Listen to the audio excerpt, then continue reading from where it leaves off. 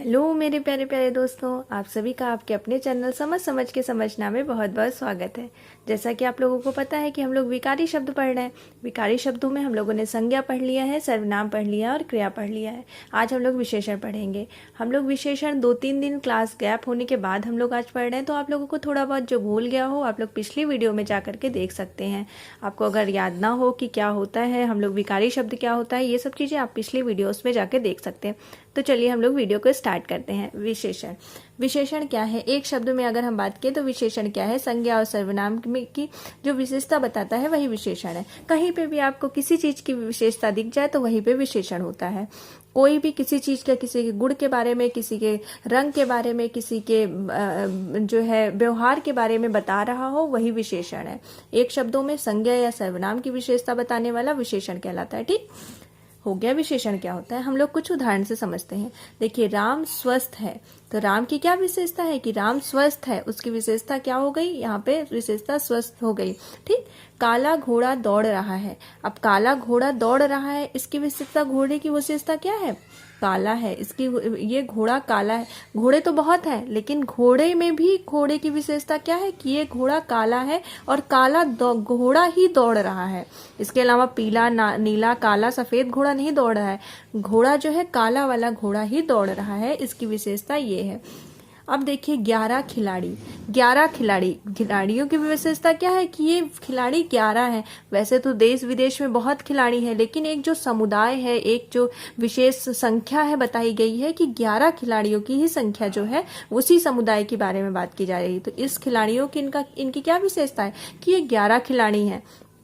ऐसे हुआ मजदूर, मजदूर 10 मजदूर, तो जो मजदूर की क्या संख्या? वैसे तो हमारे देश में बहुत मजदूर हैं, बहुत ज्यादा मजदूर होंगे। बहुत मजदूर हम बोलेंगे तो मजदूर तो हमें समझ में नहीं आएगी किस मजदूर के बारे में बात की जाए। अगर आपको 10 मजदूर चाहिए या वो कहीं किसी समुदाय में 10 मजदूर बैठे हुए हैं, तो उसकी मजदूर की क्या विशेषता है कि वो 10 मजदूर हैं। आपको एक क्लू मिल गया ना कि वो मजदूर 10 हैं, तो इसकी विशेषता, मजदूर की क्या विशेषता है कि ये 10 हैं। ऐसे 5 किलो चावल, अब यहाँ पे देखिए, यहाँ पे क्या होगा? यहाँ किसी परिणाम की बात की जा रही है, नाप तौल की। तो चावल क्या है? चावल तो वैसे बहुत, हमने बोल दिया चावल, तो चावल की कोई विशेषता हो नहीं पाएगी कि हमने ऐसे चावल बोल दिया। लेकिन 5 किलो चावल, तो चावल की विशेषता ये है कि ये चावल 5 किलो है, तो जिससे हम समझ पाएंगे कि ये 5 किलो चावल, इसकी विशेषता हो गई कि ये चावल पर्टिकुलर 5 किलो ही है। देश विदेश में हर जगह चावल तो बहुत तरह के होते हैं, हमने कह दिया कि हाँ चावल हमें चाहिए, कितना चाहिए, कैसे चाहिए, तो इसकी विशेषता, अगर आप कहीं खरीदने भी चाहते हैं तो आपसे दुकान वाला पूछेगा ना आपको कितना चावल चाहिए, तो आप बोलेंगे 5 किलो, 10 किलो, तो वही जो आप बताएंगे वही तो उसकी विशेषता होगी ना, वो आप तो बताना पड़ेगा ना। चावल तो बहुत तरह के होते हैं, तो यही इसकी विशेषता। इसलिए हमने ये सारे उदाहरण 11, 10, 5 किलो, इसलिए ऐसे उदाहरण लिए जो आपको एग्जाम्स में फंसाए नहीं, क्योंकि आप 11 सोचेंगे अरे ये तो संख्या है, तो ये कहाँ से विशेषण हो गया। अगर ये 10 है तो ये मजदूर कहाँ से, इसमें क्या विशेषण हो गया। 5 किलो चावल, तो इसमें कहाँ से कौन सी विशेषण होगी। मैंने इसलिए ऐसे उदाहरण लिए हैं जो आपको समझ में आए। अब आता है विशेषण के भेद।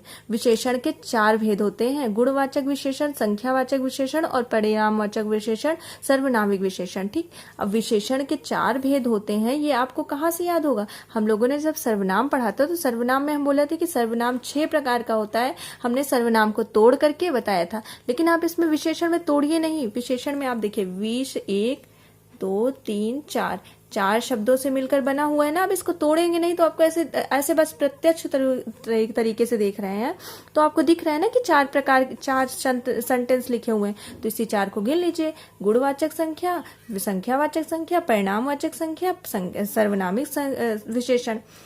सॉरी, हमने संख्या बोला। गुणवाचक विशेषण, संख्यावाचक विशेषण, परिणामवाचक विशेषण और सर्वनामिक विशेषण, तो ये 4 प्रकार के हो गए। अब हम लोग गुणवाचक देखते हैं। तो गुणवाचक के विशेषण क्या है? जहाँ पे गुण, रंग, आकार, दशा, अवस्था, रूप आदि का बोध होता है, वहां गुणवाचक संज्ञा होती है। आपको कहीं पे भी किसी के गुण के बारे में बात की गई हो, कहीं रंग के बारे में बात की गई हो, आकार के बारे में बात की गई हो, ये सारे भला, बुरा, पापी, सरल, दुष्ट, आसमानी, लाल, पीला, काला, बाहरी, ऊपरी, लंबा, चौड़ा, ये सब कहीं पे भी आपको दिखे तो वहां पे गुण, कहीं पे भी गुण के बारे में बात की गई हो तो वहां गुणवाचक विशेषण होगा। ठीक। फिर आता है संख्यावाचक विशेषण। संख्यावाचक विशेषण में क्या है कि जहां पे संख्या का बोध हो आपको, 1, 2, 3 4 ये सब हो, पहला दूसरा चौथा तीसरा, ऐसे कुछ आपको 1 2 ऐसे कुछ चीजें आपको संख्या में बोध हो, वहां पे संख्यावाचक विशेषण होगा। संख्यावाचक आपको गणना बोधक भी होता है, क्रम बोधक भी होता है, आवृत्ति बोधक भी होता है, समुदाय बोधक भी होता है, प्रत्येक बोधक भी होता है। तो गणना बोधक में हम क्या देखें, जैसे हमने बोला 7 अमरूद, तो हमने गणना की ना 1 2 3 4 5 6 7, तो 7 अमरूद है तो हमने गणना की। तो ये देखिए इसका उदाहरण क्या है, 7 अमरूद। ऐसे देखिए पहला दूसरा तीसरा चौथा, चौथी लड़की, तृतीय श्रेणी, तो ये क्या है, क्रम में बैठे हुए 1 2 पहला दूसरा तीसरा। आपको क्लास में होता नहीं कि first seat, second seat, third seat, ऐसे ऐसे क्रम में, क्रम बोध का यहाँ पे क्रम के बारे में बात कर रही हैं। फिर 100 गुना धन या फिर 100 गुना दिमाग, ये सब ने क्या है, आवृत्ति की बात हो रही है कि वही चीज बार बार आवृत्ति में रिपीट हो रही है, तो वहां पे आवृत्ति की बात हो रही है। अब आती है यहाँ पे समुदाय बोधक और प्रत्येक, वो जो है प्रत्येक बोधक के बारे में। तो समुदाय बोधक में क्या है, जैसे हम लोगों ने देखा, जैसे 3 लड़के, 7 घर, दोनों भाई, ये सब क्या है, समुदाय वाले के, तीनों लड़के इन्हीं समुदाय के बारे में, 7 घर इन्हीं समुदाय के बारे में, दोनों भाई इन्हीं समुदाय के बारे में बात हो रही है। अब प्रत्येक बोधक में देखते हैं, हर एक नेता, प्रत्येक नेता, यहाँ पे प्रत्येक नेता के बारे में बात हो रही है। यहाँ पे हम संख्या से, आपको कहीं पे भी संख्या के बारे में थोड़ा भी बोध हो जाए तो वहां समझ लीजिए कि संख्यावाचक विशेषण है, ठीक।